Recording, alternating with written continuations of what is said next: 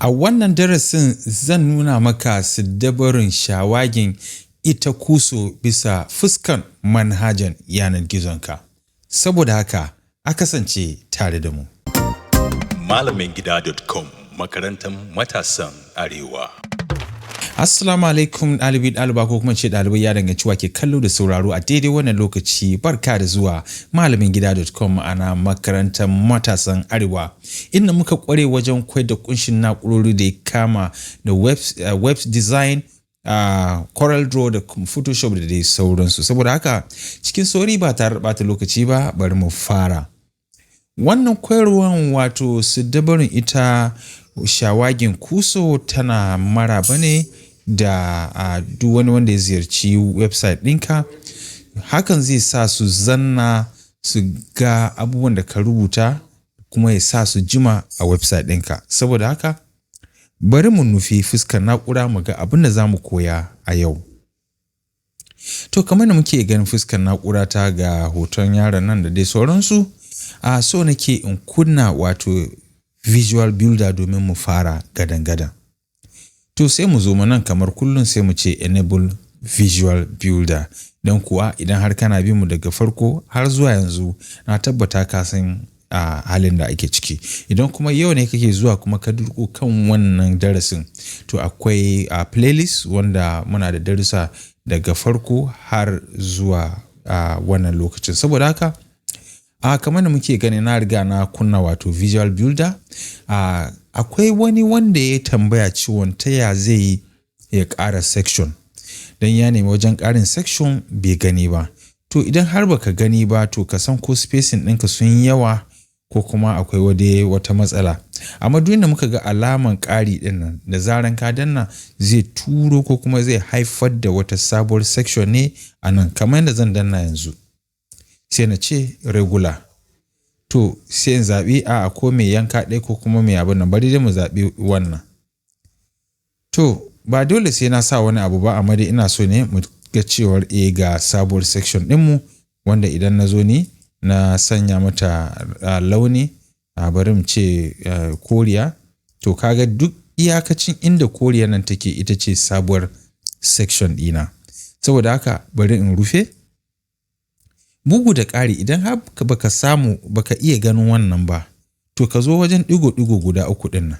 Idan ka zo ka yi, za ka tarar da wannan sashen shine ake kira wireframe view. Idan ka danna zai fassara maka yanda ita wannan shafin take. Bari mu duba. Wannan shine wato ta farko. Kada mu manta a wireframe ba za ka ga menu ba. Idan ka ga menu muna ganin ta koriya ce kuma global header ce. To amma wannan da muke iya gani mai bula ɗin nan ita ce section, ko ba haka ba. To da muka sa wannan ita ce call to action, sai muka gangaro ƙasa sai muka sake buɗe wata sabuwa inda muka sa blobs ɗinmu guda 3. Sai muka gangaro ƙasa kuma a ƙarƙashin kowace blob muna da dividers ɗaya. Sai muka zo muka sake buɗe sabuwar row sai muka sanya wato doguwar divider. Da muka zo nan shine sai muka ƙara wata a nan. Bari in goge wannan. Yawwa. To sai muka zo muka sanya wannan kenan wanda muka yi mai parallax effect, ko ba haka ba. To bari mu koma wireframe mu gani. Da muka koma wireframe za ta fasarta mana shafinmu. Ga wanda muka yi na farko, sai ga call to action, sai ga wannan section ɗin shine mai blob guda 3. Sannan kuma a kowane blob mun sa divider guda 3. Sai muka zo muka sabuwar row sai muka sa wata divider. Ina fatan mun fahimta. To sai muka zo muka yi wannan section inda muka sa wannan parallax kenan mai zuwa sama da ƙasa. Saboda haka a nan ɗin ma za ka iya ƙarawa.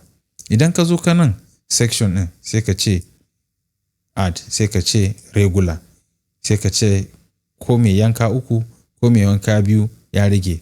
Dabarar ta rage naka. In muka ce mai yanka 2 shikenan. To idan muka rufe za mu tada cewa ga section ɗinmu, ga row ɗinmu, ga mai yanka 2 inda za mu ɗora modules guda 2. Idan mun haka to mu garzo nan wajen tsiffan laptop. Za mu tada da cewa ga sabuwar ita section ɗin, ga row ɗin, ga mai yanka 2. Shikenan kuma ba matsala. Saboda haka bari mu je a gurguje in yi wannan koyarwar da na ce ina so in yi. Idan muka lura a nan za mu tada cewa ga hoton yaron nan a jikin ita wannan wato blob ɗin. To idan muka zo wajen setting nan sai mu danna wato wannan kacan setting, sai mu gangaro ƙasa nan sai mu ce to muna so mu yi aiki akan ita hoton. To idan muka zo nan za mu tada cewa ai ga hoton yaron a nan. To za mu lura da cewa akwai wani abu guda biyu.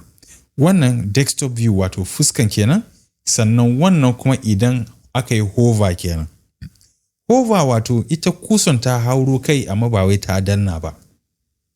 To ita ce shawagin ita wannan kuso ɗin. To wace su dabaru ko kuma wace maraba muke so ta yi ma duk wani bakon da ya zo? To sai mu danna wannan sashin. Idan muka danna wannan sashin za mu tada cewa sashin shawagi ta da ruwan bula. To sai mu cire wannan hoton yaron. Idan muka cire hoton yaron nan, wato muna so mu canza kenan. To bari in sanyo hoton dokin nan. Sai na ce upload. To anan ya nuna mana cewa a sashin shawagi hoton doki za a gani. A sashin desktop kuma hoton yaro za a gani. Shawagi sannan desktop. Saboda haka sai mu ce save. Sai mu maka wannan. Shikenan sai mu ƙara cewa save.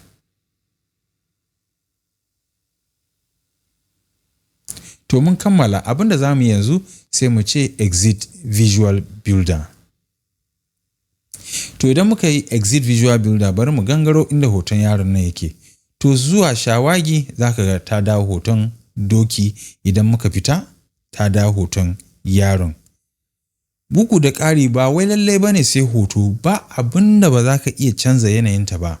Amma ana so ne idan za ka yi hoto ka tabbata hoton da za ka canza ɗin ya zamanto girman ɗaya faɗin ɗaya. To inda za ka je Corel Draw kenan sai ka tsukar da wato sai ka haɗa wato frame ɗinka, misali ka ce 500 by 500 pixel, sai ka ɗauko hoton da kake so ka sanya a ciki, sai ka exporting sai ka sake, saboda yankan da faɗin da tsayin za su zamo ɗaya. To bai tsaya nan kawai wai dole a'a sai hoto ba, kusan komai za ka iya ƙara. Yanzu bari mu gwada da ita wannan button ɗin na ƙarin bayani ka gani. Idan muka zo muka yi enabling visual builder ɗinmu, to za mu iya ganin cewa ga ita wannan button ɗin ko, sai mu zo mu nan sai mu ce seti, sai mu gangaro design, sai mu zo wajen button. To idan muka zo wajen button sai mu zo wajen wato ita launin.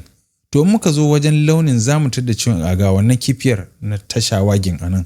Idan muka danna sai mu ce to idan aka yi shawagi wace launi muke so ta fito.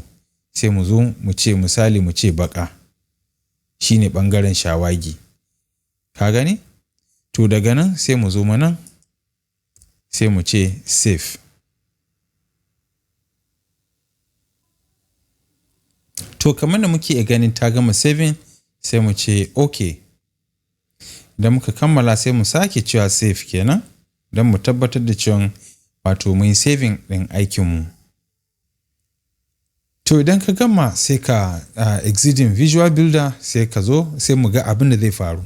To yanzu kaga idan muka zo muna sa wato kuso a nan za mu ga ta da baka, idan muka fitar sai ta dawo koriya. Kamar yadda za mu iya gani da hoton na shi ma muka yi zai da hoton doki, muka ɗauke da hoton yaro. To ina fatan wannan darasin ya ƙayatar, ka gwada ka gani. Abinda za mu shiga nan gaba wato darasi na gaba shine za mu dukufa mu tabbata da cewa mun kammala sauran modules da suke Divi. Saboda haka a madadin kowa da ke malamingida.com nake cewa na gode da ka bani, kika bani ko kuma ka bani lokaci domin in koyar da ku a daidai wannan lokacin. Sai mun sake haɗuwa a wata darasin. Na gode.